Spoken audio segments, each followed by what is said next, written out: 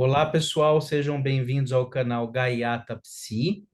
Hoje estou aqui com o psicanalista Felipe Campos e nós vamos conversar sobre o seu polêmico texto no site Lavra Palavra, intitulado Uma Igreja de Gente de Mentira, o Lacanismo para Lacanianos. É um texto aí que já está dando um quiprocó, né, pelos comentários, inclusive que estão lá no Lavra Palavra, né? E queria dizer que eu li o texto já duas vezes, é um texto que eu considero muito bem argumentado, que reverbera vários pontos aí com situações que eu vivenciei. Eu recebi esse texto de um amigo meu que é lacaniano independente hoje, mas ele já pertenceu a instituições lacanianas e compartilha as críticas aí que eu e o Felipe temos em relação a certas formações de grupo, né, que os lacanianos costumam produzir. E eu queria então aproveitar também para conhecer mais o Felipe, acho que ele poderia, conforme a gente combinou, se apresentar para o público, né, porque muitas vezes esses textos a gente não sabe quem está falando, qual que é o lugar de fala da pessoa, por que que ela se motivou a escrever um texto com esse teor, com essa provocação. Eu acho que é uma oportunidade do Felipe contar um pouco sobre ele, o que ele achar pertinente do percurso e falar um pouquinho do texto, de como a vida dele desagou na produção desse texto, e aí a gente vai trocando figurinhas aí. Então, Felipe, muito bem-vindo, obrigado por ter aceitado o convite, e a palavra está com você. Tá joia. É, bom, eu sou do interior de Minas. Eu nasci num lugar muito pequeno, no sul de Minas, muito pequeno mesmo. O lugar tinha menos de 1.000 habitantes. E, bom, me formei. Na época eu achava que eu tinha que estudar exatas, ainda acho, na verdade. Mas eu estudei 3 anos de ciência da computação, depois abandonei e fui estudar psicologia só para aprender psicanálise. Hum, Porque eu tive algum contato com os textos do Freud na adolescência. Na época eu não entendi nada, mas eu acho que eu fiquei com alguma pulga atrás da orelha, assim. E no meu último ano na computação, enfim, estava lendo só umas paradas de literatura, umas paradas de filosofia e tal. E aí um dia eu peguei um livro do Lacan na biblioteca, o Seminário 1, e aí eu não entendi absolutamente nada. E nessa época eu acho que eu estava lendo o Eric Fromm também. E uhum. aí eu falei assim, vou desencanar desse negócio de matemática por enquanto. Por enquanto não, ia desencanar, acho que talvez pro resto da vida. Aí eu fui estudar psicologia, mas hoje eu tenho vontade de voltar a fazer algum curso na área de exatas, assim, voltei a gostar bastante de matemática, mas enfim. Aí na época eu estava entre filosofia e psicologia, mas eu achava que psicologia talvez fosse uma possibilidade de me tornar mais empregável mais facilmente. E aí fui estudar psicologia, me formei na Federal de São João. Aí depois eu fiz mestrado no FRJ e eu acabei fazendo um outro mestrado na UFLA, na FRJ em teoria psicanalítica e na UFLA em filosofia. Esse texto, eu acho que ele foi escrito num tom que não é um tom que eu normalmente costumo adotar. Uhum. Eu já escrevi muita coisa no Lavra Palavra e tal, e, e eu particularmente prefiro um tom mais brando, assim. As outras coisas que eu escrevo são só coisas mais bonitinhas, mais legais, assim, muito menos. Mais doces. Com essa veia polêmica, assim, eu não sou, sei lá, quando eu escrevo, eu acho que eu não, em geral, chutaria, que quando eu escrevo eu não tenho muito pouco apreço pela polêmica, então, assim, a ver por que que esse texto saiu num tom talvez menos doce que o comum.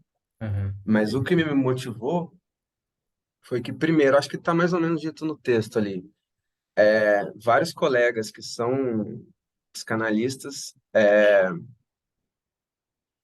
contavam, assim, numa situação que a gente se encontrava e tal, da sessão brilhante que eles tiveram, aí contavam a tirada espirituosa do psicanalista no dia.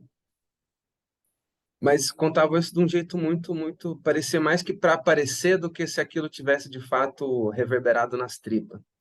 Sim, Aí como parecia muito, uma, pode uma, falar. uma espécie como é que eu posso dizer? Uma idolatria, um certo vislumbre, né? Assim, como uma coisa icônica. Talvez um capricho, um capricho. Olha que interessante essa tirada espirituosa da minha sessão. Uhum. E foram poucas, eu falo lá no texto, foram pouquíssimas vezes que eu alcancei esse tipo de primor lacaniano, que é de dar uma tirada espirituosa super foda e tal. E além disso, várias pessoas que eu conheço, quando você é psicólogo, sou psicóloga, aí a pessoa, você vai pegando amizade com a pessoa. E aí várias pessoas vêm me contar volta e meia de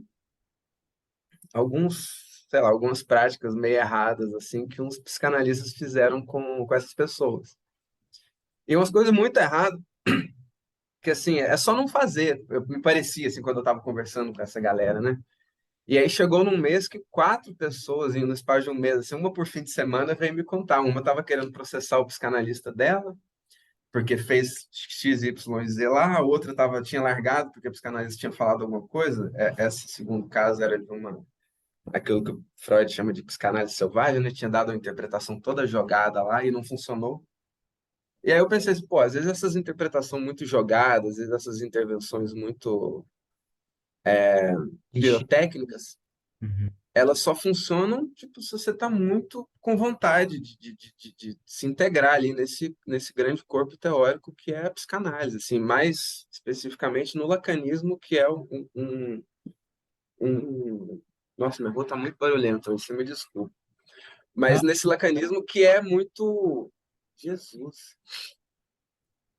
Mas nesse lacanismo que é muito presente, preponderante aqui no Brasil, né? O Brasil, a Argentina e a França são os 3 lugares que eu já ouvi dizer que o Lacan colonizou bem, assim. Posteriormente, acredito que os Estados Unidos também, porque tem uma galera lá que é lacaniana, enfim. E particularmente, assim, na minha clínica isso acontecia muito pouco, esse tipo de tirada brilhante, esse tipo de conduta muito parecido com a conduta do Lacan. E eu trabalho num CAPS, eu trabalho num CAPS AD, de álcool e outras drogas. Então, eu atendo muita gente, 98%, acho, das pessoas que eu atendi na minha vida, não tinham nenhuma, nenhum apreço prévio pelo campo da psicanálise. Não conhecem Freud, não conhecem Lacan.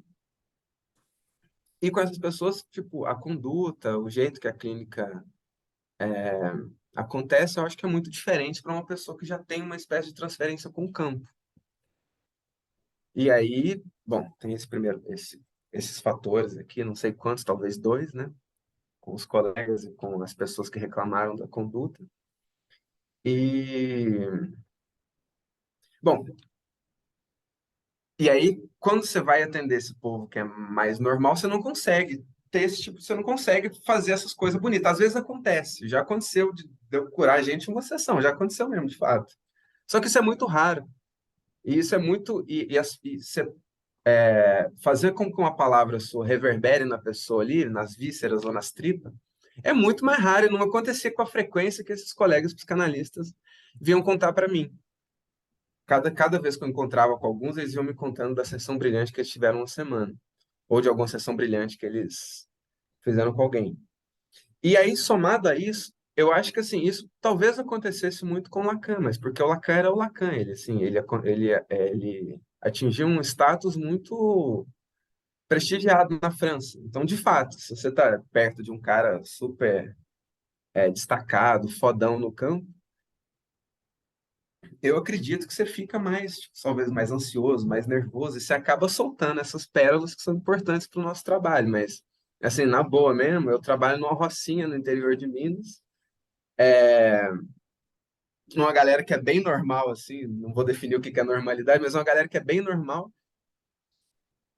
E quer dizer, no- o que você está chamando de normal seriam pessoas que não estão numa condição de fascínio transferencial com Lacan e que se assujeitariam a uma espécie de tratamento Não supostamente só, mas craniano. também isso, mas não só. São Tá, pessoas que não têm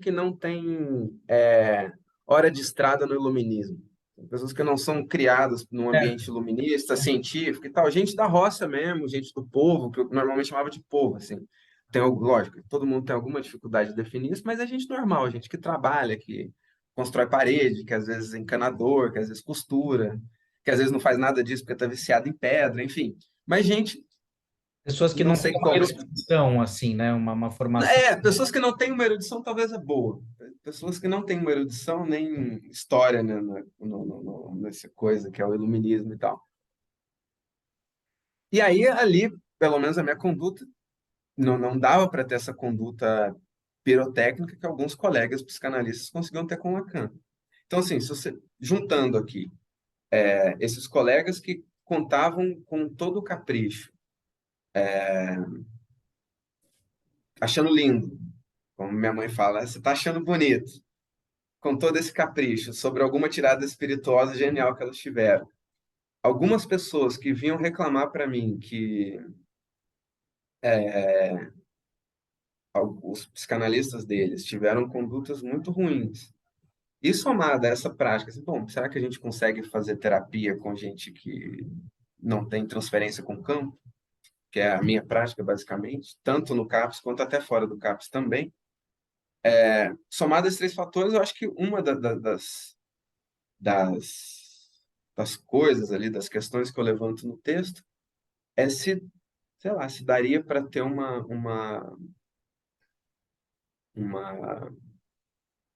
boa terapêutica, uma boa, sei lá, uma boa percurso analítico, qualquer coisa do tipo, com quem não sofre desse encantamento prévio pelo campo, ou qualquer coisa nessa linha. Acho que seria mais ou menos essa questão que eu levanto ali. De alguma maneira, condiz bastante com os questionamentos que a gente tem feito aqui no canal, né? Na oficina de psicanálise criativa, né? Em outros vídeos, que é sobre o contraste antropológico, né? No sentido da gente trazer a psicanálise para a realidade brasileira, uma espécie de psicanálise bossa nova, que não seria uma mera reduplicação de uma psicanálise para um certo grupo restrito de intelectuais ou pessoas que já sabem o que é a psicanálise, né? Eu lembro que a minha primeira experiência de análise lacaniana, eu estava muito frustrado com os meus analistas da IPA, e o meu avô era analista da IPA, né? E aí eu dizia que as sessões duravam 15 minutos, mas que mandava deixar o dinheiro em cima da mesa, não deixava usar o banheiro, coisas desse tipo. E aí aí eu estava vislumbrado com isso, né? Olha como o lacanismo, né, é uma reviravolta na psicanálise e tal. Aí ele me disse assim: seu analista já te amansou, né, Daniel? Você já abaixou a cabeça para ele. Na época eu fiquei pé da vida, discordei, mas hoje eu concordo. Eu fui amansado a ter que aceitar sessões de 10, 15 minutos, pagando R$ 400, isso há 10, 12 anos atrás, e sendo meio que maltratado nessa análise. E é um cara importante que formou muita gente, então não é um impostor, assim, né, nesse sentido. Ele é reconhecido no campo lacaniano. Então, e reverbera com isso que você está falando, né? Será que o lacanismo realmente é para uma pessoa, para o cidadão comum, ou ele é feito para formar lacanianos, dependendo da forma, evidentemente, como ele é exercido? Claro, a gente tem que ver que existem variações dentro do lacanismo, entre aspas, tem sim lacanismo com transmissão clínica, mas a grosso modo tem efeitos desastrosos, uma certa forma de exercício da psicanálise lacaniana, e me parece que é aí que você denuncia no Não, assim, eu não estou falando de condutas específicas, eu acho, assim, eu não acho que é necessariamente ruim você não poder usar o banheiro, necessariamente ruim você ter que pagar em dinheiro e deixar o dinheiro em cima da mesa, não é necessariamente, eu não estou falando de nada nesse ponto, eu acho que o questionamento, embora essas coisas possam entrar, evidentemente, mas eu acho que talvez o questionamento central do texto, ou um dos, que eu não sei qual que era o central exatamente, mas era assim, será que nós não estamos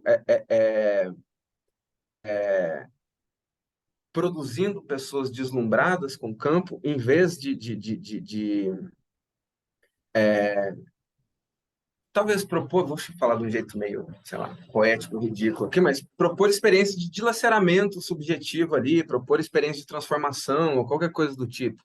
Será que a gente não está formando um monte de gente mais adequada, mais deslumbrada com os conceitos, mais com vontade de participar dessa, o que eu chamei ali de igrejinha?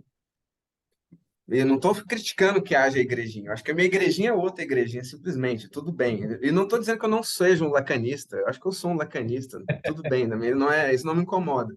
Estou dizendo assim, será que não tem pessoas que estão muito encantadas com o campo e por estarem encantadas, certos efeitos deletérios que o freudismo denunciava, será que esses efeitos não são reproduzidos ou replicados dentro da nossa igrejinha? Sim, lembrando também que, ainda que o Freud denunciasse, ele não estava imune a isso também, né? Parece que a galerinha que frequentava o Freud ali funcionava meio que o Freud geria a galera na rédea curta. A escola do Lacan era um cambalache danado, assim. Aí o cara falou assim, ah, vou dissolver a escola. Aí todo mundo, ó, dissolveu a escola. Então, assim, e assim, hoje, assim, tem um monte de escola, e um monte de escola brigando com outras escolas, enfim. É. Será que não seria válido colocar em questionamento esse tipo de dinâmica que é reproduzida internamente no nosso campo? E, ao mesmo tempo, linkar essa dinâmica reproduzida internamente a esse tipo digamos, conduta não analisada do deslumbre do sujeito pelo campo, né? Eu acho que era mais ou menos nesse sentido o questionamento ali no texto. E aí eu pego um gancho, né? Porque você chegou a ser acusado de reativo, né? De ressentido e de ignorante em relação à obra do Lacan, né? Ora bolas, né? Mas eu estou muito acostumado desde pequeno a ver situações de uso da psicanálise para fins de poder, né? De retórica psicanalítica que, na verdade, de libertação não tem nada, é um exercício de poder e não tem só na IPA, isso está cheio no lacanismo também, você usar a teoria psicanalítica como uma forma de ordem, né? Assim, de cercear e diminuir o outro. Eu já vivi isso na pele desde quando eu era pequeno, eu era interpretado na mesa de almoço pelo meu avô, né? E hoje tem lacanianos te interpretando, principalmente um dono de escola lá que apareceu, estava, digamos, reduzindo a tua leitura a um tipo de um ressentimento, né? Então, assim, o que que a gente faz com esse fascínio? Porque a escola, a leitura do Lacan, a produção da obra do Lacan, ela contribui para esse fascínio que nos congela diante de um hermetismo. Não é só um problema do leitor, né? É muito fácil atribuir uma limitação das pessoas a esse problema. Não, existe uma política de hermetismo, quanto mais difícil, mais fálico é, né? Quanto mais eu uso jargões, mais eu me reconheço e sou reconhecido entre meus pares lacanianos. E aí fica uma coisa assim distante do nosso cotidiano, distante das nossas pessoas, que não ecoa a verdade de cada um, mas se transforma Per- numa língua morta vazia, em que as pessoas Perfeito. não se comunicam, não sabem nem do que estão falando. Me parece que aí Sim. é a tua crítica também, né? Porque eu imagino que assim, tipo gozo, sujeito barrado, outro que não existe, esse monte de coisa talvez possa funcionar bem, esse tipo de jargão, numa igrejinha. Só que até por eu trabalhar no CAPS, eu converso com, tipo, enfermeira, com médico, com terapeuta ocupacional, com assistente social. Quando a gente vai discutir caso lá, nada disso reverberaria. Então, ser obrigado a adotar um idioma comum. E adotar um idioma mais comum significa, inclusive, você conseguir remanejar essa terminologia complicada para você poder tentar transmitir ali, tentar falar de um jeito inteligível para a pessoa ali o que você está querendo dizer daquele caso que você está com ele em mãos. Agora, bom, sobre as críticas. Eu acho que, bom, eu não sei se eu sou uma pessoa muito ou pouco ressentida, se eu sou zero ressentido e tal. Talvez eu tenha algum ressentimento, mas assim, nunca frequentei muito ambientes lacanianos porque a minha igrejinha é meio que outra, né? Como eu disse, eu sempre militei, disse na nossa conversa em off, eu sempre militei e atuei mais em movimentos sociais. Então, sempre foi a galera que eu mais gostava de frequentar, digamos, nunca exatamente o pessoal da psicanálise em si. Então, assim, a ver se eu sou ressentido ou não, mas ainda que eu seja ressentido, a questão isso desqualifica as questões ou o diagnóstico meio chutado ali, meio dito de maneira talvez mais polêmica? Não sei se desqualifica, isso aí cabe talvez ao leitor. Para qualificar esse argumento, eu, digamos, eu não coloquei meu lacanismo à prova, assim, eu não falo nada de Lacan, eu usei tipo Jesus Cristo e Marx para falar assim, olha, pelo menos outros dois corpos doutrinais, o cristianismo e o marxismo, você volta e meia, você tem rupturas que são intrínsecas a esse campo e causadas por ocasionadas por algum participante meio excêntrico que não está que não é um cabeça do campo, né? Eu falei assim, olha, parece que nesses três campos você tem esse tipo de movimento. Então, eu só apontei para uma dinâmica que parece ser comum, né, nesses três corpos doutrinários, que é uma dinâmica de uma ruptura que, na verdade, fortalece o corpo doutrinário em vez de enfraquecê-lo. E essa sequer é, assim, se o floreio ali, falando do Cristo, do Marx, é um negócio que eu, se não me engano, essa teoria, que eu não lembro, não visito esse texto há muito tempo, mas eu acho que isso é do Pichon Rivière. Pichon Rivière, se não me engano, se não for ele, deve ser o Bion. Eles têm um dos dois tem uma teoria muito boa sobre o cisma em grupos. E aí, basicamente, assim, eu não sei de onde, eu não sei em qual dos dois escolhi, mas basicamente eu peguei um pensamento aí, só tem grupos que parece que tendem a acontecer cismas, e esses cismas eles reivindicam uma espécie de volta a experiência radical originária. E aí eu usei ali, tipo, o marxismo lá, o Lukács, como é que chama aquele rapaz, o Sartre, para falar da reivindicação de um marxismo não dogmático, e falei do Cristo, que reivindicava uma espécie de judaísmo não dogmático. E aí, eu acho que pelo que eu disse ali, não dá para julgar se o meu lacanismo ele é mais ou menos ruim ou se eu sou mais ou menos ignorante. Chutaria que sim, sou bastante ignorante no lacanismo, sei lá, a ver. É, Teria que pegar algum texto meu discutindo Lacan para fazer esse tipo de julgamento. Mas, assim, sobre o ponto da ignorância, eu acho que não é avaliável pelo texto. Sobre o ponto do ressentimento, eu não julgaria que eu sou a pessoa mais bem resolvida do mundo, mas, ainda que eu seja muito mal resolvido, talvez isso não desqualifique o diagnóstico ou esse simples olhar, assim, que é um olhar que parece que olhar sobre uma dinâmica que parece que existe em alguns corpos doutrinários. eu também já fui acusado de ignorante em relação à obra do Lacan e tudo mais. Eu estudei Lacan por mais de 10 anos e já transitei por uma meia dúzia de instituições, dentro e fora de São Paulo, já pertenci oficialmente a duas. Então, quer dizer, é uma escola que eu estou acostumado a transitar e a entender muito bem as retóricas, as defesas e os joguetes políticos, sejam institucionais ou fora das instituições, né? Então, aqui não se trata da gente demonizar Lacan e sua obra, né? O potencial subversivo, poético, criativo e clínico, né? Que existe sem dúvida nenhuma na obra do Lacan, mas digamos de mostrar o que você fez, né? Que, bom, uma coisa é Jesus, outra coisa é o cristianismo, uma coisa é Marx, outra coisa é o marxismo, uma leitura de massa que se faz daquele autor no sentido de torná-lo absoluto, né? Talvez um pouquinho mais que isso, só Ai, desculpa te pode falar. interromper, mas é dizer que há no marxismo potenciais, como é que fala? Atualizadores da teoria marxista intrínsecos ao marxismo. Então, há no marxismo um marxismo que eventualmente vai aparecer como um potencial transformador, um potencial atualizador da teoria. E eu não estou dizendo que os marxismos dogmáticos são ruins, aliás, de certo modo, eu estou dizendo que os marxismos dogmáticos são meio ruins.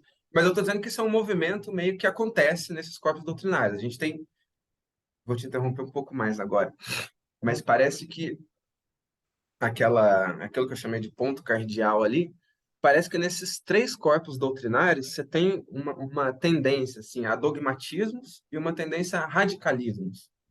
E aí chutaria que eu não quero dizer que o dogmatismo e o radicalismo são ou extremismos, não sei qual seria a melhor palavra para usar agora, mas não quero dizer que essas coisas não são marxismo e nem que esse marxismo renovador ele não é marxismo. Assim, só para não dizer, eu acho que é, é, não separar o Cristo do cristianismo, mas dizer que dentro do Ah, tá. cristianismo há um cristianismo renovador, só para não dizer que é um cristianismo mais puro. Eu não estou dizendo que esse ator extrínseco ou esse ator excêntrico ao campo, ele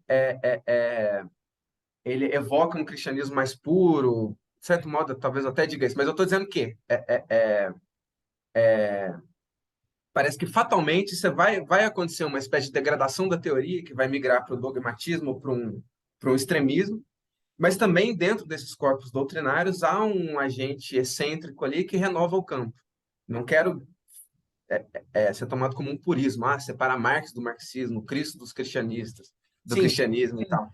mas aí que tá, isso que você está colocando é super lacaniano, porque isso tem a ver com a lógica das contradições, ou lógica paraconsistente, do Newton da Costa, né? Que o Lacan, inclusive, que é um brasileiro, que inclusive o Lacan pega, que é a lógica das contradições. E justamente aí que está o lacanismo, assim como qualquer tendência teórica, filosófica, clínica, é necessariamente paradoxal, porque o ser humano, ele é paradoxal. Então, da mesma maneira como a gente tem um movimento libertador numa obra ou numa vida de alguém, você tem um movimento fascista. Por exemplo, o meu avô, ele, né, ele exercia a psicanálise de uma maneira na visão dele, comigo, para me proteger, para me alertar de coisas, mas ele me diagnosticava através da teoria da Melanie Klein. Então, nesse sentido, ele produzia um efeito iatrogênico. Ele queria me ajudar, mas ele acabava me encaixando num diagnóstico, né? Então, mas ao mesmo tempo, hoje eu me conecto com ele de uma maneira super viva, super humana, por quê? Porque eu suporto que ele é paradoxal. E o que eu acho que muitos lacanianos não suportam é o paradoxo da própria escola lacaniana, que não é tão libertária assim quanto se gostaria. E muitas vezes ali onde acha que há libertação, na verdade há uma retórica de domínio. E é por esse sentido que nós não precisamos ler Lacan de cabo a rabo para chegar nessa conclusão. Por quê? Porque, no fundo, o que importa é o lacanismo operativo, é o lacanismo que está na boca das pessoas, que é exercido. E isso a gente sente na pele. Então, é o que você falou. Você não precisou ler os escritos, os outros escritos, os seminários inéditos, e no Staferla para saber isso e aquilo. Não, porque pode ser que uma vida inteira não seja o suficiente para isso. E são pouquíssimos que realmente têm esse domínio minucioso do texto lacaniano, digo por experiência própria. A maioria tem uma dúzia de conceitos de bolso e vão aplicando e renovando isso com pautas sociais, na minha opinião, pelo menos, o que eu observei, né? E não conseguem propriamente pegar um texto como Litura Terra e entender o que está escrito ali. Não são todos, tem de fato eruditos lacanianos que compreendem através de um esforço brutal, mas a maioria não compreende esse tipo de texto, principalmente a partir do Seminário 12, por exemplo. Então, o que eu quero dizer com isso é, a gente está trazendo um sintoma, estamos trazendo a posição do sujeito, uma queixa, uma dor do Felipe Campos aqui, para entender qual que é a discursividade dele. Tem um caráter analítico, ele está querendo ser escutado, ele acha que ele tem uma mensagem em prol de um bem para a comunidade psicanalítica, psicológica. Eu também acredito nisso, ou seja, não é uma crítica destrutiva que nós estamos fazendo aqui. Se é destrutivo, é para destruir o dogmatismo, mas não Lacan, não o potencial libertador da obra. Então é isso, são experiências de vida de pessoas que adoecem, de pessoas que são enganadas, Da mesma maneira como você citou um axioma no texto, se você ouvir isso, saiba que está sendo enganado sobre a libra de carne, né? Não sei o quê. Eu também achei que era libertador uma análise de 10, 15 minutos, sempre, invariavelmente, e eu estava sendo enganado. Mas também fui ajudado por essa análise, isso que é paradoxal. Eu fui ajudado por um analista que também me prejudicou, que me fez sofrer, assim como o lacanismo, assim como a psicanálise, assim como a vida. Então, o que a gente está fazendo aqui não é nós contra os outros, né? É justamente botar o paradoxo, a dialética na mesa e poder fazer alguns ultrapassamentos para poder se chegar a algum ponto de síntese de tudo isso, né? Me parece que o teu texto é uma tentativa de elaborar uma síntese disso, né? Pode ser. Eu estou me lembrando aqui, teve uma vez que eu estava às voltas com o Seminário 5. E aí tem um livro que chama Para Ler o Seminário 5. E o Seminário 5 ele é composto de 4 quartos, ele é dividido em 4 partes.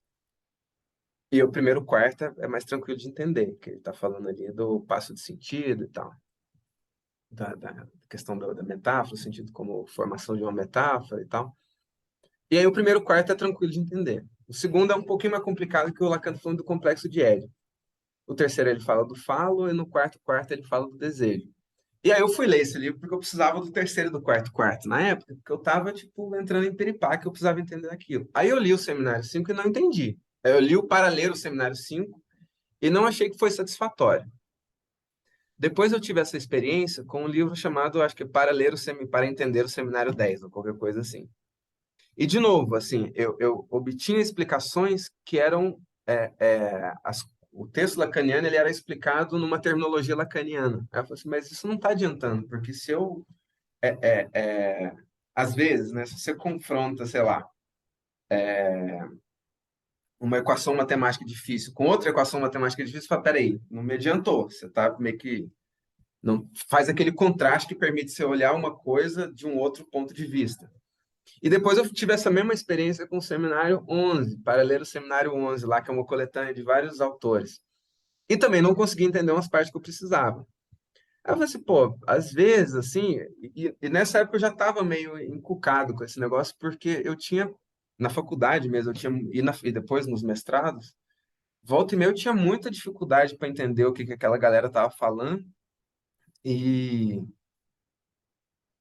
e aí eu ia conversar com meus colegas também não estavam entendendo, meus colegas de mestrado. Eu falei, pô, mas então será que alguém entende isso? Tem gente que entende, eu tive aula com poucos, mas com bons professores que conseguiam, bem poucos, de verdade. Mas eu tive aula com alguns poucos professores que conseguiam traduzir aquilo, que trabalhavam de um jeito um pouco mais rigoroso.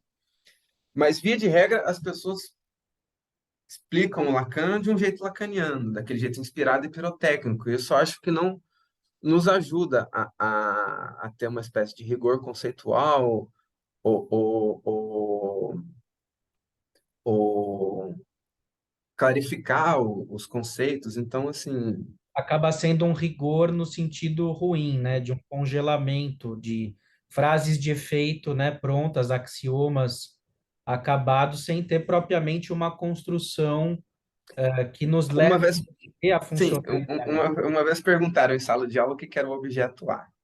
Uhum. Aí a professora foi, e falou assim, sabe, uma libra de carne que cai. Eu falei assim, porra, acho que ela não tá, né? Enfim, várias fitas, assim, não vou ficar me alongando nisso, nem alimentando esse tipo de coisa, mas assim, a pergunta é, será que não dá para tentar olhar para... E isso eu não faço no texto, é claro, mas será que não daria para tentar olhar para a teoria de um jeito menos com menos apreço pelo estilo lacaniano, porque assim, tudo bem, o Lacan tinha o estilo dele, azar ou sorte dele e tal, acho bom pra caramba, eu sou lacaniano, me considero na clínica, né? Sou lacaniano na clínica, é o que põe meu leitinho, meu pãozinho na mesa, é o Lacan, então devo meu salário ao Lacan, tudo bem, tá ótimo, tô feliz com isso. Mas será que não dá pra gente tentar entender melhor, tentar falar de um jeito mais fácil, tentar explicar de um jeito mais claro?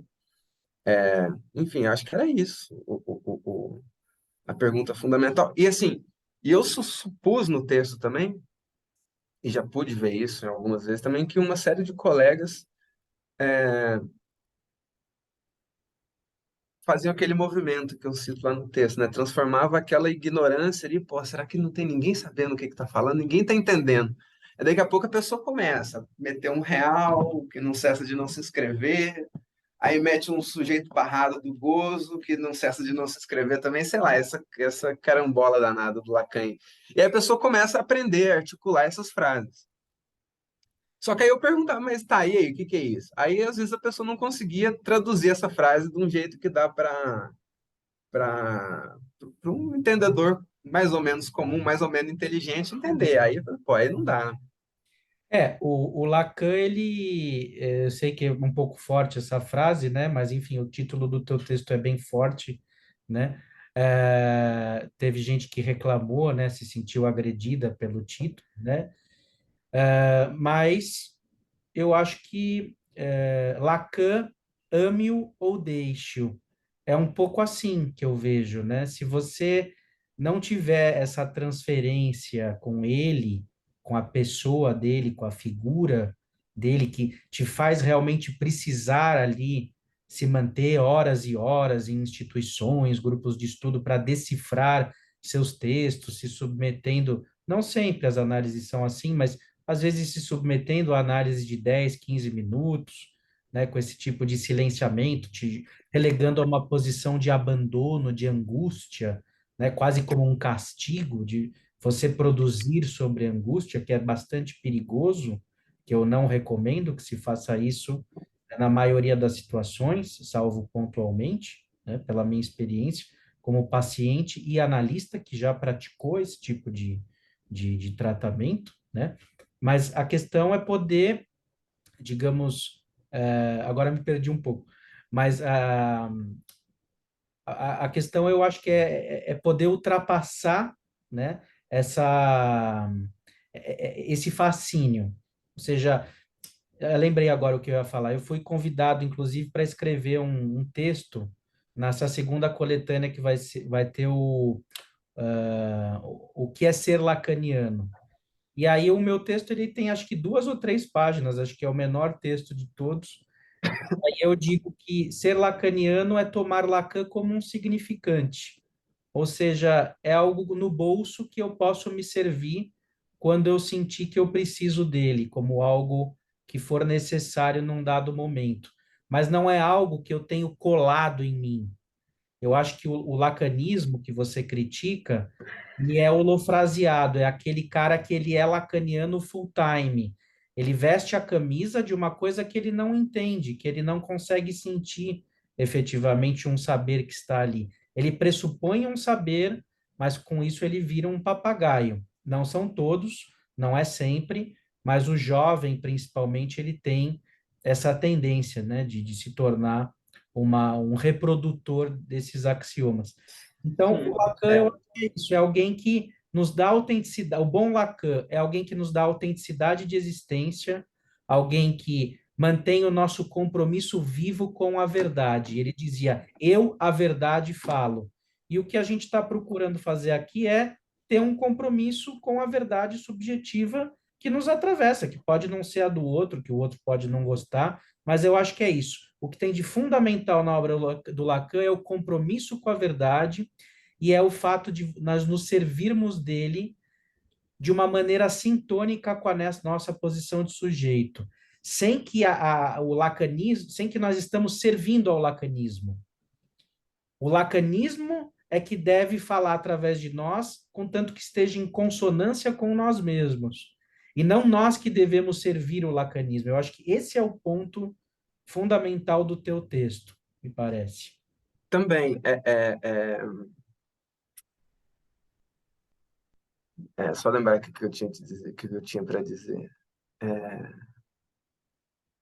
como é que você falou? Lacanismo full time? Eu Ah, amo eu me esqueci. ou deixo. Não, então, sobre o Ame ou Deixo, assim, curiosamente, assim, dois grandes textos sobre o Lacan que eu li na minha vida não eram de lacanistas. Um é do Frederick Jameson, que ele fala do real e do simbólico, que é um crítico da literatura americano, E o outro é um texto sobre. Não, três dos textos. E um é um texto do Paulo Arantes, que chama Lacan, o Hegel no Espelho do Dr. Lacan, que o Paulo Arantes nem de longe ele é um lacaniano. E tem um terceiro livro que eu acho particularmente brilhante, que é um calhamaço, chama Metapsicologia Lacaniana, que é de um sujeito chamado Richard Simank, que me parece não é um lacaniano full-time. Então, assim, há bons textos de não lacanianos que eles escrevem para uma plateia, para um leitorado que não é lacaniano, e aquilo ali eu acho muito bonito, assim, muito claro, com uma terminologia renovada. Você consegue olhar para os termos de um jeito muito esclarece um pouco esse labirinto. E, assim, talvez não à toa, os lacanianos que eu frequentei mais, eu acho que eram lacanianos que não eram exatamente medalhões do campo, assim, tipo o Zizek, o Badiou ali um pouco, um cara que eu cito no texto que eu acho brilhante, que é um cara que eu acho que ele tem todas essas ferramentas para talvez aterrar um pouco o Lacan numa realidade clínica, porque o Lacan ele não falava muito de casos clínicos, né? Que é o Darian Leder, que é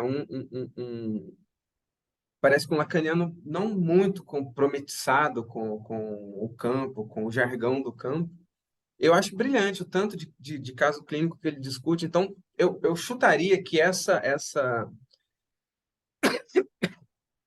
tendência do Lacan ame ou deixo, ela tem saído de cena um pouco assim agora, exatamente porque agora já passou um tempo, as pessoas já estão um pouco mais distantes do mestre, porque aqui, quem chegou aqui no Brasil com essa novidade lá trazida da França, eu acho que era uma galera que, pô, tinha grana para ir para a França, estava muito conectada com todo aquele clima de rebeldia francês, que a França era um povo muito que gosta de queimar os carros e fazer umas revolução de mentira. Então chegava essa galera aqui vendo, sendo educada naquele idioma bonito francês, chegava aqui via ditadura e, pô, junta o Lacan com um uma gramática revolucionária francesa. Então, tiveram alguns psicanalistas aqui na década de 80, os primeiros lacanianos, que tinham um compromisso muito disruptivo aliás, que tinham atitudes muito disruptivas com como é que é? A SBPC, Sociedade Brasileira de Psicanálise, não, SBP, Sociedade Brasileira de Psicanálise, e a SB. Aí uma outra sociedade, tinham duas sociedades brasileiras que brigavam entre si, né? Uma era do Leon Cabernet, eu acho, a outra era de um judeu ou de uma judia. Você tinha essa rixa da psicanálise, que foi uma instituição que apoiou a ditadura, via de regra, no Brasil.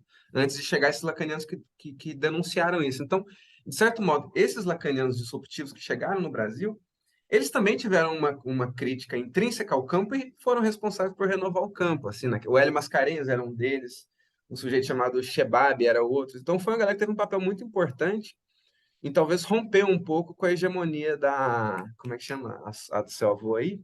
A IPA. Com a IPA, a hegemonia da IPA na época. Então, assim...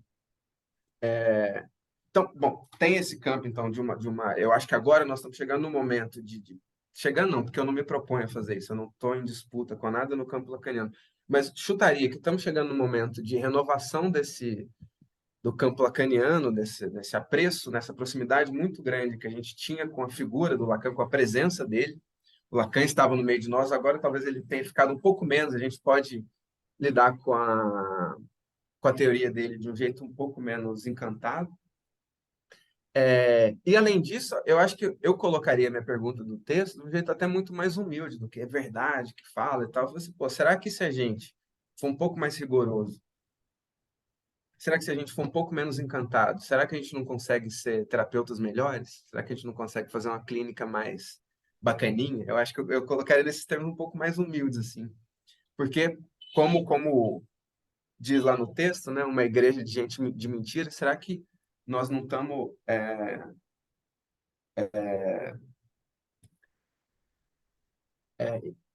produzindo um tipo de pessoa que está mais comprometida com a vontade de ser psicanalista do que com esses movimentos imanentes de transformação pela linguagem, pela narrativa e qualquer coisa do tipo? Será que não seria mais legal? Será que a gente não seria melhores clínicos se a gente começasse a ter um pouco menos de deslumbre pela psicanálise? Será que se a gente fosse um pouco menos encantado, dogmático e tal?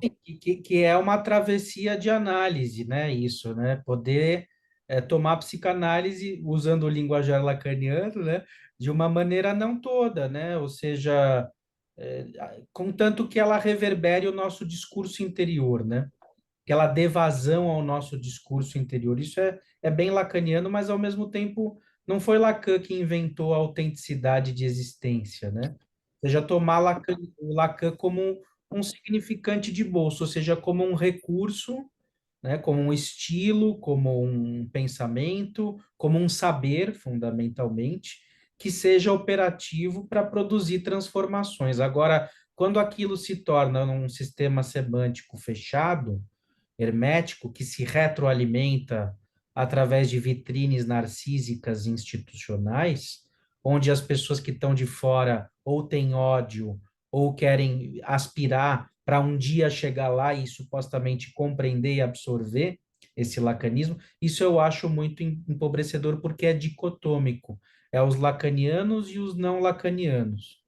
Então é a lógica da igreja, ou seja, Lacan seria Deus, né, ou Jesus, e as pessoas deixam de acreditar em Deus ou Jesus, por quê? Porque elas têm o Lacan. Então, isso realmente é a própria reduplicação do paradigma totêmico das neuroses, né? A psicanálise, ela é, a grosso modo, totêmica e é transmitida de uma maneira totêmica, até que vem alguém e quer destronar esse rei, esse pai totêmico e criar a sua própria igreja e ele mesmo ser o totem, né? Que é o que você falou sobre os dissidentes. Então, o que a gente está fazendo aqui é uma leitura de sintoma para tentar romper certas repetições. Agora, isso não é sem problemas, né? Porque vai ter gente que vai resistir, vai querer desqualificar o que o Felipe escreveu de uma maneira assim, até né, bem taxativa, né? Bem. É, de certo modo, assim, eu não cheguei a me arrepender do tom polêmico do texto, porque eu acho que bastante gente leu, assim, incomodou um pessoalzinho e tal. Mas Mas é libertou isso, né? a gente também, né? Teve muita gente que se sentiu contemplada ali. Então, assim, tá bom, né? Tá legal. Tipo, não foi de todo ruim ter adotado um tom mais duro na escrita, porque geralmente eu não faço isso. Então, E que tomemos cuidado também para os analistas anti-igreja também não se tornarem uma nova igreja, né? Que também, também, porque assim, tem a igreja que é no bom sentido do termo, nós respeitamos religiosos, pessoas que acreditam em Deus, eu tenho colegas evangélicos aqui que eu respeito o trabalho deles aqui na oficina de psicanálise criativa, meus amigos pessoais, não tenho nada contra, ao contrário, eu acho que mesmo sendo judeu, eu sou judeu, mas eu acredito no potencial revolucionário da palavra de Jesus, por exemplo, né? Na questão do amor, né? Do amor pelo outro. E eu acho que é isso que precisa ser importado para a psicanálise, porque a gente sabe que muito dessa retórica de ódio, desse solipsismo, da gente ficar pagando para mestres, isso também tem a ver com uma lógica de mercado, né? Então, quando você diz, o neoliberalismo, não sei o quê, os lacanianos, os psicanalistas estão sempre criticando as alienações sociais, você está dizendo assim, olha, pessoal, vamos baixar a bola, vamos fazer autocrítica dessas briguinhas narcísicas entre as instituições e bola para frente. Primeiro vamos olhar para o nosso quintal. Quando a coisa melhorar aqui, a gente começa a criticar os outros, né? Analisar eu como acho que isso é um bom jeito, assim, também, assim. Assim, claro que numa escala muito, talvez, mais humilde, muito mais reduzida, muito mais insignificante e tal. Mas eu lembro que eu acho que quando criticaram o Lenin ele voltou da Suíça com a tal das teses de Abril, eu acho, embaixo do braço. E aí falaram, essas teses é tudo uma viagem e tal, você tá viajando na maionese, isso aí não tem nada a ver. Aí o Lenin falou assim, porra, galera, eu acho que só o fato de estar todo mundo criticando, no fato do Lenin tinha muita gente criticando, né? Mas só o fato de estar todo mundo criticando significa a relevância daquilo que eu escrevi, assim. E aí, numa escala muito mais humilde, eu acho que se as pessoas, algumas poucas pessoas se incomodarem, é porque talvez tenha alguma relevância naquilo, não tenha sido, espero, só uma provocação gratuita. sobre a questão que você colocou aí do extremismo, dessa galera mais radical e tal, certa vez, eu acho que perguntaram para o Stalin, isso é uma coisa que o Zizek conta, o que era pior, o desvio à esquerda ou o desvio à direita, né?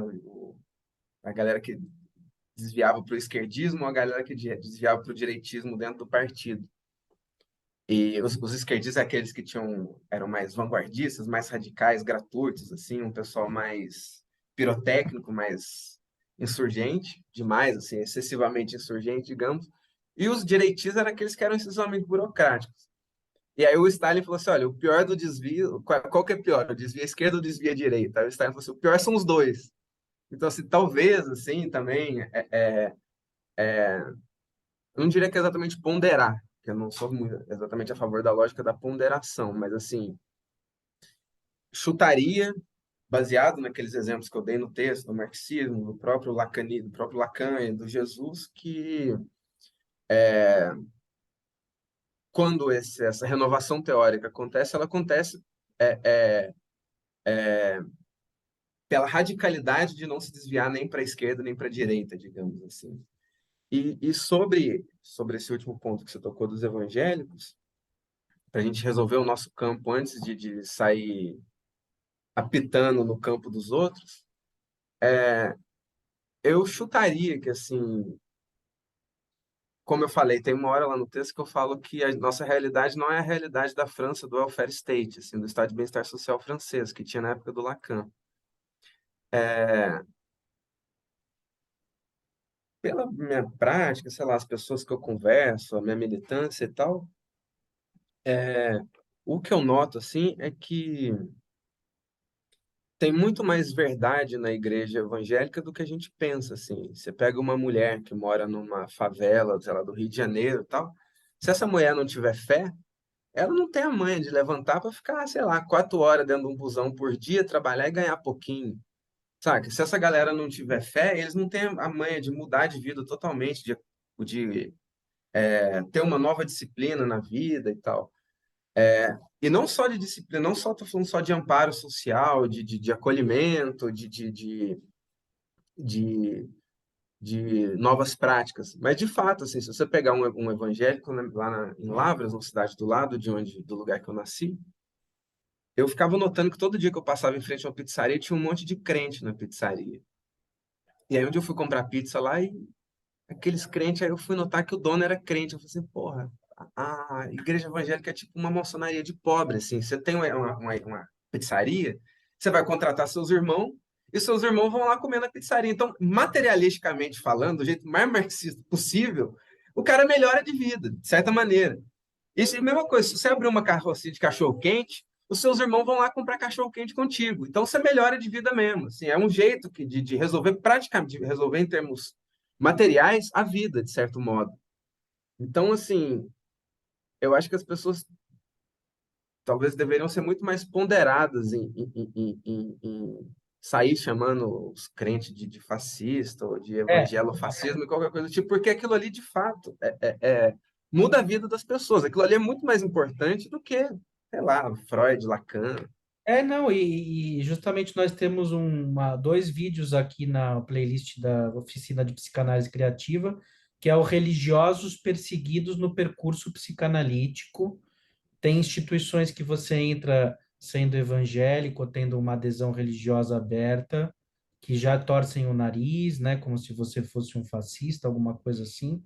E é muito grave isso que está acontecendo. É claro que existe uma dicotomia social, infelizmente, no momento que a gente está vivendo, mas tomemos cuidado, né, com tudo isso. A psicanálise deve acolher a todos, deve ser para todos, e ela não deve ter a pretensão de militar para destituir a fé das pessoas, porque E senão acho vai virar assim, então tudo bem, eu não acredito em Jesus, mas eu acredito em Freud e Lacan. Freud e Lacan não devem ter a pretensão, nem os lacanianos, nem ninguém da psicanálise, de substituir igrejas ou fé religiosa. E tem psicanalistas que estão convictos de que ali onde há uma igreja evangélica, vamos criar duas instituições lacanianas para combater essas alienações.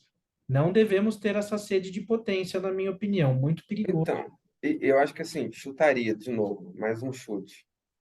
É, talvez na época do Lacan, do welfare state francês, que todo mundo tinha trabalho, comida, seguro-desemprego, escola e escambau, talvez naquele momento uma, sei lá, uma teoria puramente radical talvez conseguisse mobilizar aquelas pessoas porque as pessoas estavam meio com a vida resolvida. Eu acho que nesse estado de detonação social que nós estamos hoje, que a galera não tem emprego, não tem o que comer, quando você vai olhar para a igreja evangélica pelo negativo dela, né, aquele negócio de figura fundo ali, você vê o fundo da igreja evangélica, aquilo ali tá dando de comer para os outros, cara. Então, assim, calma aí, né, velho? Pô, não dá para você ficar, saca, tipo, julgando demais essa parada. Eu acho que, e assim, e outra coisa, talvez naquele momento lacaniano, a psicanálise de fato fosse uma teoria extremamente revolucionária, não sei o que lá. Mas hoje eu acho que uma prática de fazer marmita para os outros é muito mais socialmente efetiva do que falar que a gente tem que encontrar com o desamparo ou com o real do sujeito barrado que não, e sei lá, do outro que, enfim.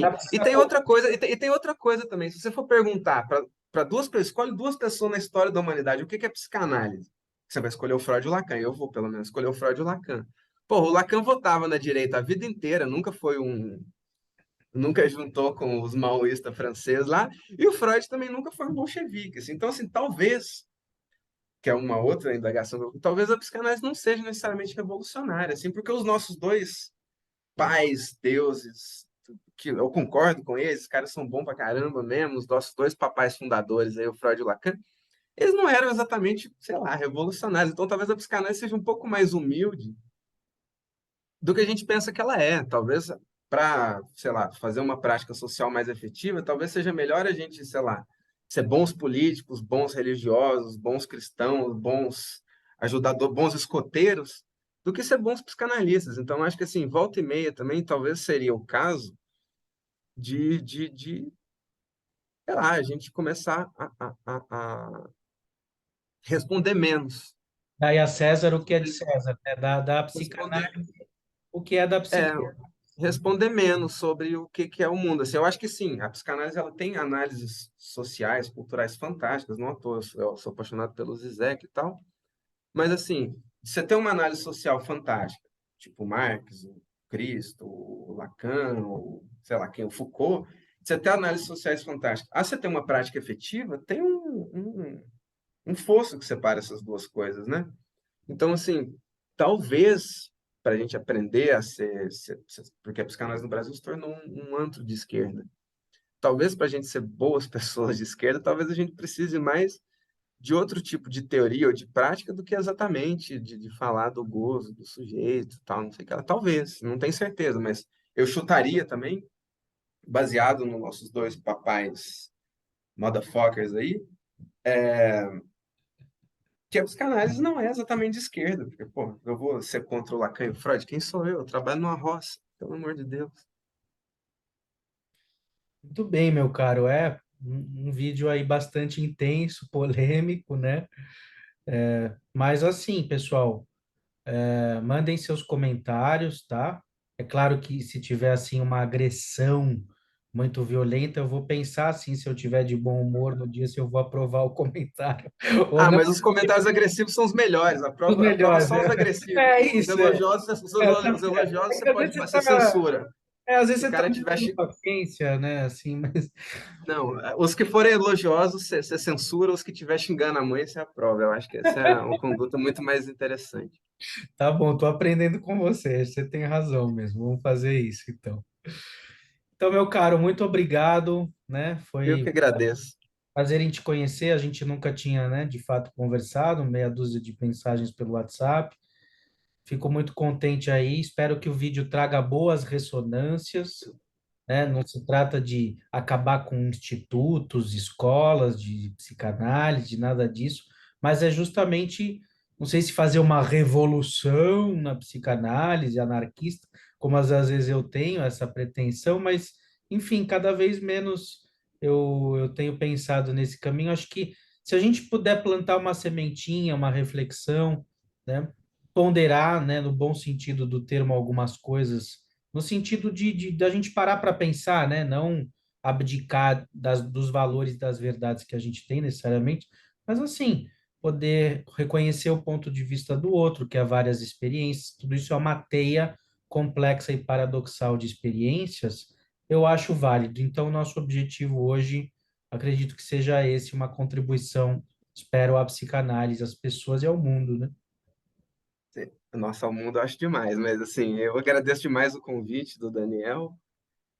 Normalmente eu não falo muito, assim, não tenho muito costume de fazer esse tipo de coisa, mas assim, se o texto e esse vídeo fizer pensar um pouquinho, assim, eu acho que tá bom pra caramba já, assim, sabe? Tipo, o importante é a gente, sei lá, pôr a cachola pra funcionar, assim, não ficar muito, não ter muito medo de errar, nem de ser burro, nem de ir contra o que a gente acredita, né? Uma das coisas que eu falo no texto lá também é que tanto a psicanálise quanto o cristianismo, quanto o marxismo, eles saem fortalecidos depois que eles são torturados pelos seus próprios membros, assim. Eu acho que eu acredito nisso. Esse espírito de porco, um outro nome para esse espírito de porco é dialética. Eu acho que talvez essas três práticas tenham essa palavrinha coringa aí de um jeito muito forte, essa tal dessa dialética. Isso, e eu acho que um bom pai é aquele que aguenta umas boas porradas, né? Se o pai é de vidro e quebra com a primeiro tapa, ele não servia para nada, né? Então, foi assim com meu avô, deu umas boas porradas lacanianas, porque ele era aquele velho da IPA, de data, não sei o quê, burocrata, isso e que aquilo. E hoje, né, eu vejo que todo mundo tem a mesma faceta que criticava nele nos amigos dele lá da IPA, também o lacanismo tem, então tá tudo certo, ser humano, constante evolução, paradoxos, e vamos que vamos, meu caro, é isso aí. Tá certo, foi um prazerzão. Valeu, todo mundo perdoado. Amém. Tchau, tchau. Tchau, tchau.